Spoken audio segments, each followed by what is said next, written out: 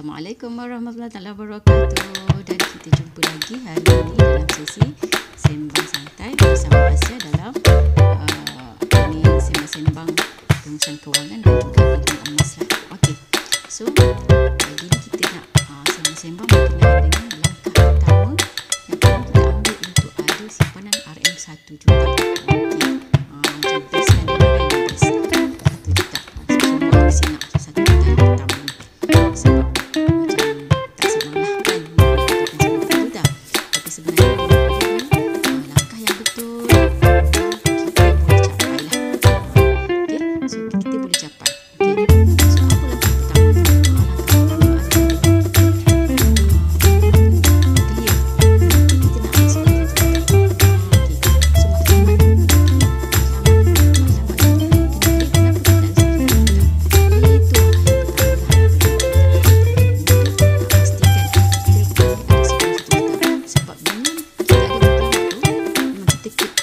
Kita nak masuk ke okay, so matlamat jadi kita akan lebih kuat, kita akan lebih orang kata bersemangat lah untuk nak adakan simpanan tersebut berbanding dengan kita kata macam aku nak ada RM1 juta tapi tak tahu nak buat apa macam tu. Jadi kita tak akan ada orang kata push factor lah, tak akan ada push factor untuk kita nak kuatkan diri kita untuk nak adakan simpanan kita sebab tak ada siapa yang boleh bantu untuk kita nak adakan simpanan kecuali kita sendiri.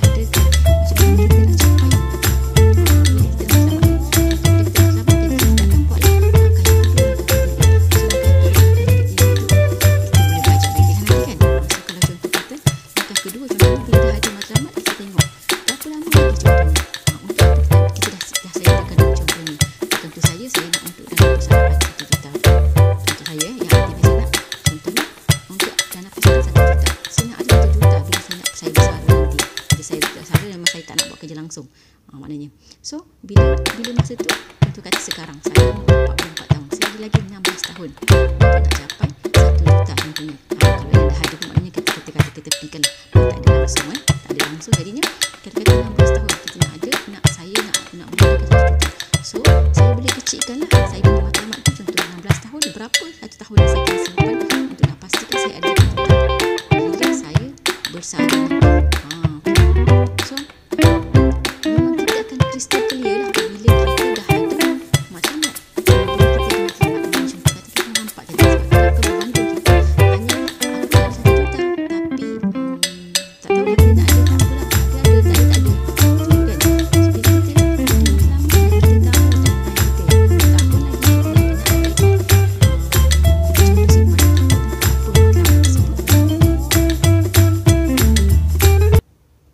Untuk apa matlamat tersebut? Minta maaf tadi tak perasan pula background tu berbunyi kan. Okey. So maknanya contoh langkah pertama adalah kita nak kena ada matlamat lah, nak kena adakan matlamat. Kenapa kita nak ada kena ada 1 juta tersebut contohnya. Okey. So bila ada matlamat contoh yang pertama kita nak 1 juta tu yang pertamanya kita nak ada dana persaraan. Dana kecemasan. Itu yang paling basic lah, yang paling basic yang kita kena buat. Okey, daripada 1 juta tu maknanya 3 bulan yang pertama ada dana kecemasan contohnya. So kita dah buanglah yang tu.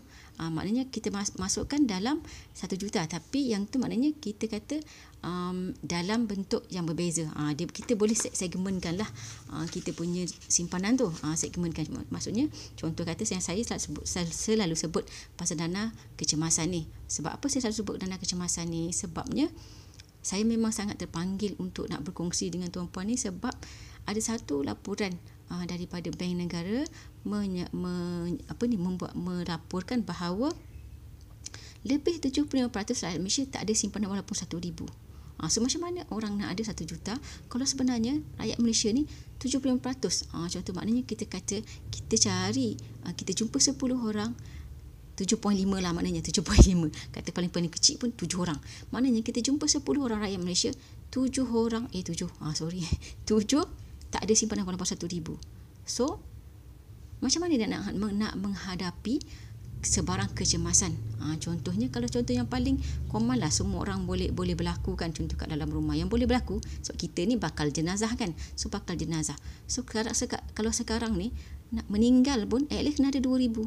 Kan, untuk pengurusan jenazah apa semulah, wel mayat ke apa semua at least 2,000. So kalau kita tak ada, walaupun kita termasuk dalam yang tadi golongan yang 75% yang kata bank negara melaporkan 75% daripada rakyat Malaysia tak ada simpanan walaupun 1,000, maknanya macam mana kalau kita meninggal? Sedangkan kita tak ada simpanan walaupun 1,000. Tak kisahlah kita meninggal, maknanya waris lain kena ni kan. Dan maknanya contoh saya, husband saya nak kena uruskan. Tapi kalau kata family saya dengan husband maknanya yang bekerja, tak ada simpanan walaupun 1,000. So macam mana? So nak kena meninggal je nak kena cari orang. Saya nak pinjam duit lah. Saya tak cukup ni, saya ada 500 saja. Saya nak kena pinjam lagi 1,500 contohnya untuk nak belanja pengurusan jenazah. So macam mana tu? So saya rasa sangat terkesan lah sebenarnya. Saya bukanlah ada banyak sangat simpanan, cumanya bila saya tengok dari segi perspektif rakyat Malaysia yang bank negara laporkan, sangat rasa macam sebab saya memilih untuk menyimpan melalui emas. Jadi saya rasa saya boleh menyimpan melalui emas, dan bila saya tengok ramai rakan-rakan saya juga yang boleh menyimpan melalui emas, maknanya bila menyimpan melalui emas ni kita lebih orang kata emosinya lebih terjaga, lebih terjamin. Contohnya hari ini kan ada sale 11.11. Ada sale 11.11 kan, banyak sale kan, tengok benda tu murah, benda ni murah kan. Tapi sebab duit saya dah ditukarkan ke dalam bentuk emas. Ditukarkan ke dalam bentuk emas. Mana pula saya punya emas tu kan. Ditukarkan ke dalam bentuk emas, jadi saya tak rasa pun saya ada duit. Jadi saya tak adalah terpanggil untuk nak membeli, untuk nak bershopping barang-barang yang sebenarnya bukan pun dalam list. Ini contohlah emas saya lah. Contoh emas saya yang saya simpan, dah lama simpan, tapi saya pun tak ada pun nak tukarkan benda ni kepada duit untuk saya nak belilah. Contoh kata hari ni saya tengok sale, saya tengok ada sale hari ni kan, jadi saya lebih orang kata terjaga emosi sebab saya tak ada duit. Saya tak adalah bentuk duit RM. Sebab ramai orang yang tak boleh menyimpan dalam bentuk duit lah. Sebab memang ini memang fakta lah, ini memang fakta. So emosi kita dengan duit adalah kita nak shopping. Berbanding dengan emosi kita contoh dalam bentuk emas macam ni, kita nak menyimpan. So mana yang kita nak sebenarnya? Sebab tadi kita dah ada langkah pertama untuk menyimpan simpanan 1 juta adalah dengan kita adakan matlamat. Tapi kalau jiwa kita tak kental, mana contoh kita simpan. Contohlah, tak apa, saya memang hanya mampu boleh simpan untuk 1 juta ni, saya punya kata dari segi kemampuan boleh simpan 500 satu bulan. So simpan 500 contohnya. So berapa ramai orang yang boleh menyimpan 500, contoh kata 1 tahun boleh ada 6,000 dalam dia punya account bank. Saya tak percaya, saya percaya ramai yang tak akan ada 6,000 bila cukup 1 tahun. Sebabnya kita akan mula nampak duit tu, nilai duit tu contoh kata 10 bulan, kita boleh nampak RM5,000. Jadi dengan godaan duit 5,000 tu, kita lebih terdorong untuk nak membeli barang yang kita akan orang kata melogikkan fikiran kita untuk mengatakan itu adalah keperluan. Kenapa saya kata macam tu? Memang sekejap je, mana pula tak keluar. Kenapa saya kata macam tu? Dah memang ini adalah kenyataan lah. Ini adalah kenyataan memang daripada ramai orang, dan orang kata okey. Maknanya ini daripada penulis buku wang emas, Encik Muhammad Zulkifli Syafi'i. Walaupun kewangan adalah logik, maknanya kita kata kewangan ni logik, logik matematik, maknanya kita boleh kira-kira kan, kalau sepatutnya kita simpan RM500, bila hujung tahun 1 tahun kita sepatutnya ada 6,000. Tapi sebabkan kita buat keputusan berdasarkan emosi. Contoh hari ni kan, contoh hari ni sale tu, so kita tengok ini aku tengok kemarin dulu harganya, contoh kan, harganya 200 tapi hari ni dah jadi 100. Rugi kalau tak beli ni. Sebenarnya benda tu bukan satu keperluan pun, kan?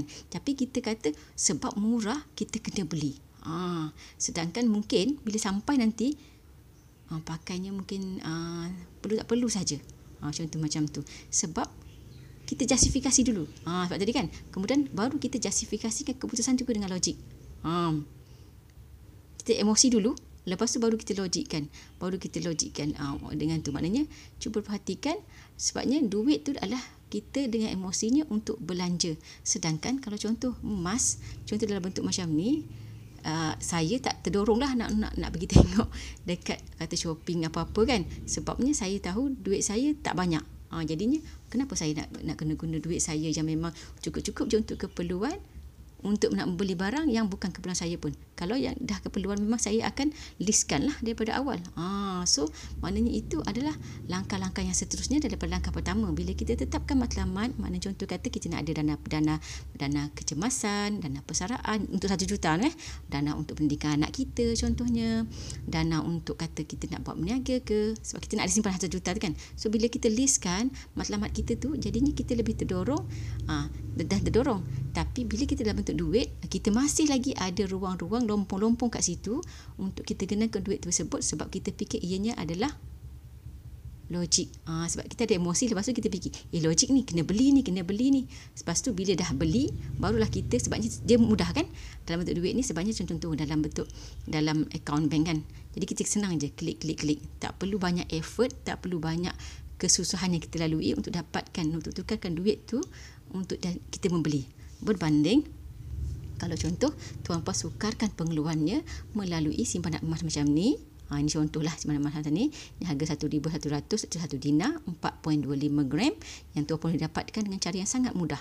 Maknanya dengan cara contoh kata boleh je simpan 100 satu bulan, dan nanti bila dah cukup gramnya boleh keluarkan macam ni. Ataupun contoh tuan puan ada kemampuan, contoh saya memang ada bajet RM200 satu bulan, so boleh ambil untuk bayar 6 kali. Bayar 6 kali 180 macam tu, bayar 6 kali 6 bulan. Maknanya, tapi itu kena komitmen lah. Yang tadi 100 tu tak ada komitmen, maknanya kalau ada 100 saja boleh masukkan, kalau tak ada dia duduk diam-diam. So yang 6 kali tu ada komitmen, 6 bulan bayar secara tetap, lepas tu boleh dapat 6 bulan. Lagi satu adalah cara bayaran terus. Maknanya boleh aja ada 1,000 lebih terus blok harganya, terus lepas tu dah boleh minta terus bayar habis, lepas tu boleh minta public call post kan kepada tuan puan. Okey, dengan bayaran hanya RM RM10 lah untuk post tu. Sebab tak perlu nak pergi ke branch lah. Okey, senang, sangat senang sekarang ni. Okey, so bila kita tukarkan dalam bentuk macam ni, emosi kita terjaga. Lepas tu kita pun memang, kalau contoh benda yang sangat, contoh tadi kan benda keperluan, contohnya bila meninggal contohnya, kalau yang ni tak cukup lah, 1,000 lebih, 1,100. So kalau dalam bentuk macam ni, yang ni 10 gram hari ni dalam 2,700. So sangat cukup. Yang tadi yang saya kata, bila ada kematian yang kita perlukan duit, boleh saja terus jualkan yang 10 gram macam ni. Ataupun kalau kata sempat, boleh pergi pajak. Kalau tak pun kita jumpalah siapa-siapa, contoh kata jiran terdekat ke, saudara mara ke. Maknanya kita bukan meminjam, kita hanya pinjam duit, tapi kita ada cagaran. So tak adalah malu macam betul-betul nak pinjam duit kosong kan. So at least kita ada sesuatu yang kita boleh cagarkan untuk kita pinjam, dan nanti kita ambil balik benda ni lah bila kita ada duit. Ataupun kalau kata contoh, ataupun kata kita memang nak jual terus, kita boleh jual. Sebabnya kita tak adalah minjam duit orang kan, kita tak minjam duit orang, kita cuma jual. Ataupun kalau contoh kata kita nak pajak pun, kita contohlah kata-kata kita pinjam duit orang pun, at least kita ada cagaran sesuatu lah kepada contoh saudara mara kita ke, kalau ada kecemasan macam tu kan. Tapi itu bila ada kecemasan. Aku tak ada kecemasan, saya memang boleh pasti. So kita tak akan jual lah emas kita macam ni contohnya, untuk nak contoh contoh semalam lah kan, contohnya semalam, esok 11 banyak sale ni, so saya nak pergi jual lah yang ini untuk nak beli barang untuk esok. Memang tak.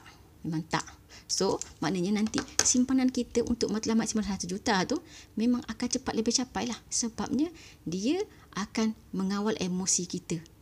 Mengawal emosi kita daripada kita membeli.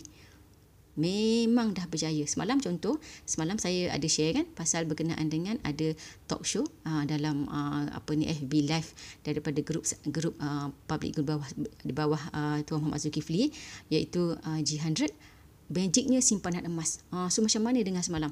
Macam mana Tuan Azlizan semalam dia bercerita sebelum dia kenal emas, dia banyaklah, maknanya dia ada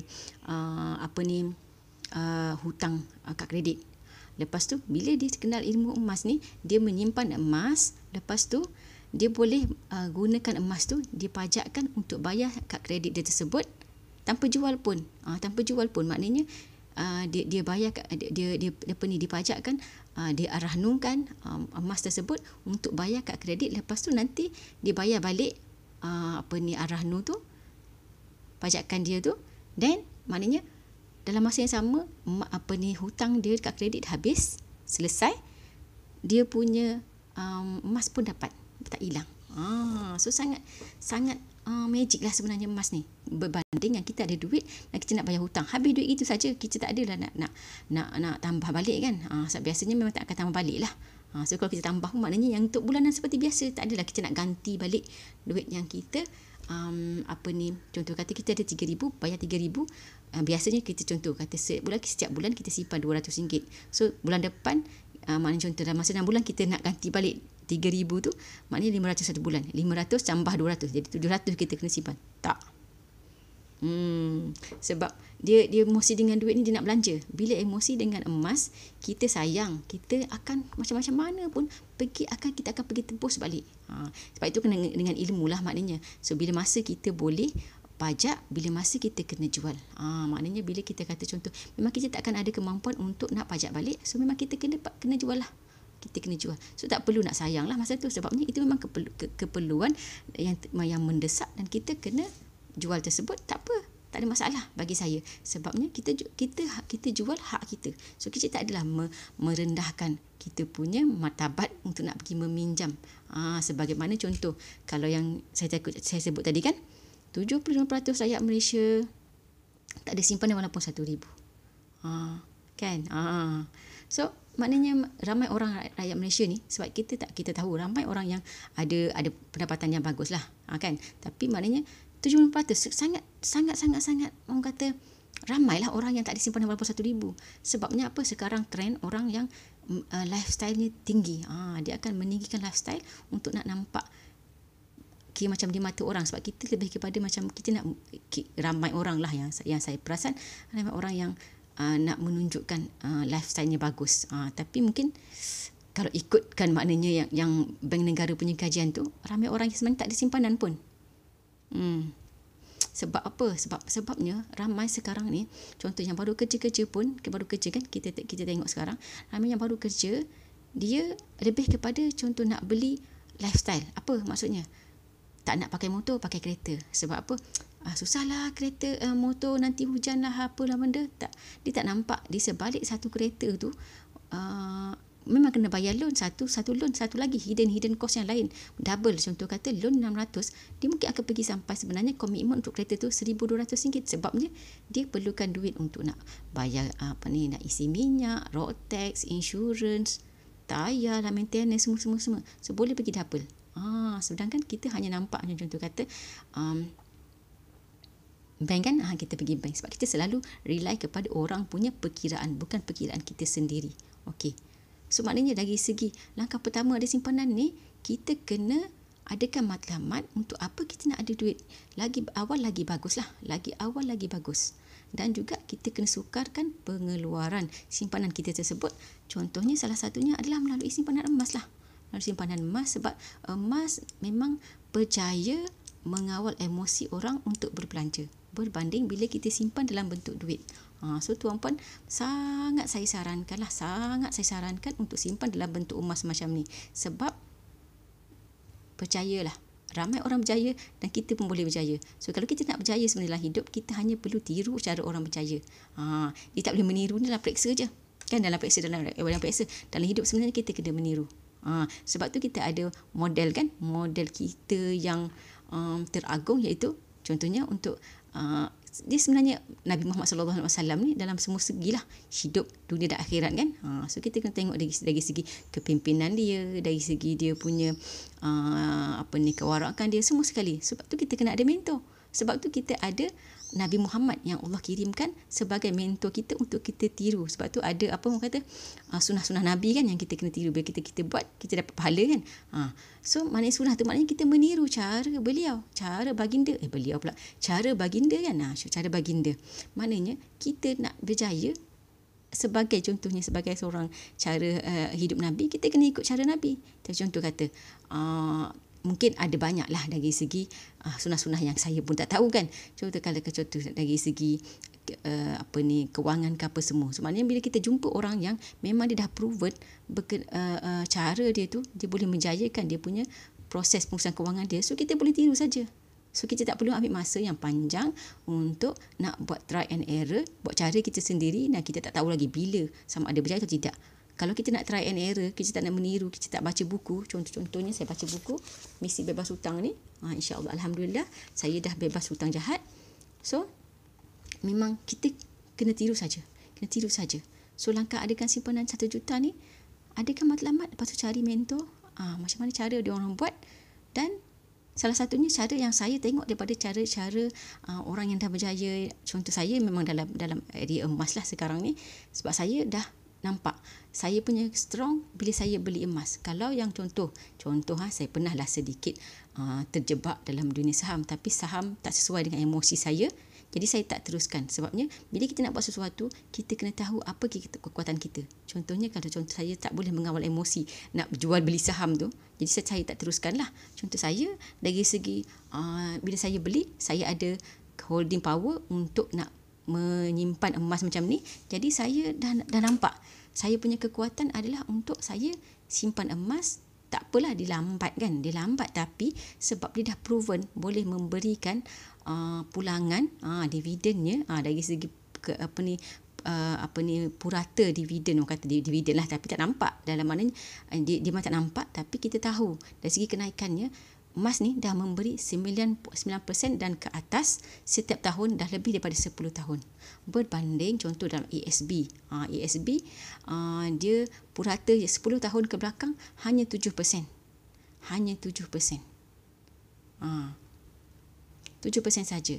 Tapi kalau kata contoh, tengok daripada keadaan ekonomi, mungkin tahun ni akan jadi lebih rendah. Tapi bila emas memang dia dah mengekalkan dia punya pulangannya dah lebih daripada 10 tahun, lebih daripada 9%. Sebab itulah Tuan Azizi Ali mengesyorkan kita keluarkan sedikit daripada sebahagian, tak kisahlah maknanya 50% ke 30% ke, simpanlah dalam bentuk emas. Sebabnya emas dah boleh memberikan pulangan lebih daripada ASB. Proven. Maknanya proven dah lebih daripada 10 tahun, dia dah kenaikannya 9%.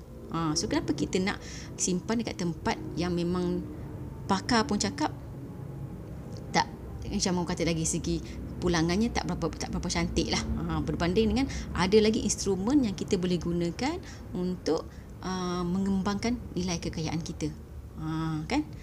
So kalau contoh 9%, kita kata contoh kita nak simpan untuk 15 tahun. Kalau contoh 9%, 15 tahun, dia akan memberi kita kenaikan dari segi pulangannya 135%.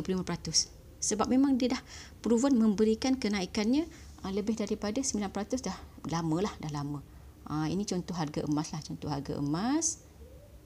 Sekejap ya, saya contoh harga emas. Ni contoh harga emas lah. Daripada tahun 1996, maknanya daripada RM35 sampai sekarang, hari ni contohnya 271. So maknanya dia dah kenaikkan, dia dah lebih daripada 500%. 500%. So tak ada instrumen lain yang kenaikan dia memang menaik macam ni. Tak ada. Dia kalau saham pun dia ada turun naik, jatuh yang teruk juga kan. Tapi ini tak ada jatuh yang sangat teruk. Tapi dalam maknanya contoh, sebab tu saya kalau contoh ada orang yang approach saya nak membeli dalam jumlah yang banyak, saya akan tanyalah. Sebabnya contoh kata, sebabnya kan tengok ada turun naik. Tapi kalau contoh kata dia nak beli yang dalam jumlah yang banyak, contoh kata dia ada duit RM10,000, RM20,000. So saya akan tanya sama ada duit tu dia ada nak guna atau tidak dalam masa 1 tahun atau 2 tahun terdekat. Sebab kalau 1 tahun atau 2 tahun dia nak guna, saya tak sarankan lah. Sebab kita takut dari segi kenaikannya dia tak naik lagi. Cumanya kalau kata contoh yang approach saya tu, memang dia kata kalau saya simpan dalam bentuk duit, saya takkan boleh simpan. Maknanya contoh, saya ada RM10,000, kalau saya nak guna nanti dalam contoh 2 tahun, saya nak guna, nanti RM10,000 tu confirm tak ada. Sebab saya ni memang jenis yang suka sangat shopping contohnya. So, saya boleh sarankan jugalah dia simpan dalam bentuk emas. Sebabnya, kalau dia tak simpan dalam bentuk emas, nanti confirm juga duit dia habis, tak boleh guna juga dalam masa 2 tahun, bila dia nak guna nanti. Contoh kata, dia rumah dia nak siap. Contoh kan, dia beli rumah 2 tahun lagi, rumah dia nak siap, dia ada RM10,000. Nanti rumah dia siap, dia nak buat grill, contoh kan, nak pasang, nak buat deposit api air apa semua, contoh dia nak renovate sedikit, contoh lah kan, contoh duit RM10,000 tu. Tapi kalau contoh dia tak simpan dalam bentuk emas, dia memang proven dah kerja 10 tahun, tak boleh simpan pun RM10,000. Inilah pertamanya RM10,000 dia boleh simpan, lepas ni rasanya tak dapat, so bolehlah disimpan juga dalam bentuk emas, sebab nak menjamin keberadaan duit tu. Sebab kalau dia tak simpan, maknanya nanti mungkin geril rumah dia pun dia nak kena ambil loan peribadi. Kan, sebab ramai orang yang macam ni saya jumpa, yang maknanya contoh yang tak boleh menyimpan ni, especially kakitan kerajaan lah, sebab kakitan kerajaan ni sangat senang lah nak dapat loan peribadi kan. So kalau contoh loan peribadi yang untuk renovate rumah, loan peribadi untuk apa lagi, contoh nak untuk berkahwin, so yang memang tak akan dapat pulangan, yang tak dapat pulangan memang adalah orang kata loan yang jahat lah, loan yang jahat. So loan yang baik ni apa? Loan yang baik ni bila contoh kita memang dapat satu job untuk berniaga, lepas tu pulangannya nanti kita akan dapat income, contoh kata dalam 30%, 40%. So yang tu bolehlah, maknanya kita buat loan dan nanti bila dah dapat job tu kita bayar balik. Ataupun kalau yang lagi bagus, dia ada simpanan emas dan dia boleh jual lah emas tersebut ataupun dia pajakkan emas tersebut dan nanti dia boleh apa orang kata tebus balik bila dia dapat duit daripada perniagaan. So itu kalau contoh loan yang baik lah, loan yang baik. So loan yang jahat ni memang tak sepatutnya kita buat lah. Tak sepatutnya kita buat. Kalau kita dah buat dan kita kena tobat balik, carilah cara macam mana kita boleh selamatkan loan tersebut, kita boleh cepat-cepat habiskan lah. Okay. So macam mana cara nak adakan simpanan pertama ada RM1 juta? Sangat disarankan simpan dalam bentuk emas. Sebabnya emas dah menjamin akan menjaga nilai duit tuan-puan, kalis inflasi dan juga kalis emosi lah yang paling penting. Sebab kalau contoh dalam bentuk duit, saya takut RM1 juta tu kalau ada macam contoh dah ada RM20,000, RM30,000, cepat aja dia menyusut balik. Sedangkan kalau contoh tuan-puan, contoh saya lah, saya memang dah menyimpan lama, yang ada yang saya simpan awal daripada 2014, masih ada lagi emas tu. Sedangkan duit yang saya simpan 2014 rasanya dah tak ada dah. Dah ke mana-mana kan, saya dah buat benda-benda lain. So maknanya kita boleh selamatkan lah nilai duit kita tu, simpanan duit kita tu, untuk selamatkan dia dengan lebih cepat, dengan lebih kekal di situ adalah bentuk emas.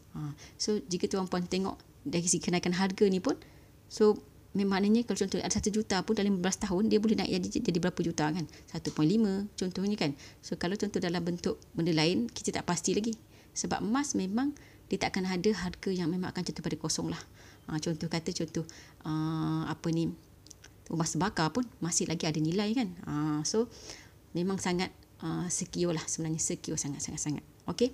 So kalau ada orang kata dari segi ilmu yang saya sampaikan ni, ada sedikit lah yang dapat tuan-puan gunakan. So alhamdulillah, semoga Allah bagi bagi tuan-puan kebaikan lah dengan ilmu yang saya sampaikan. Okay. So kalau kata nak share ilmu ni pun alhamdulillah juga, supaya orang lain pun dapat juga ilmu yang sama lah.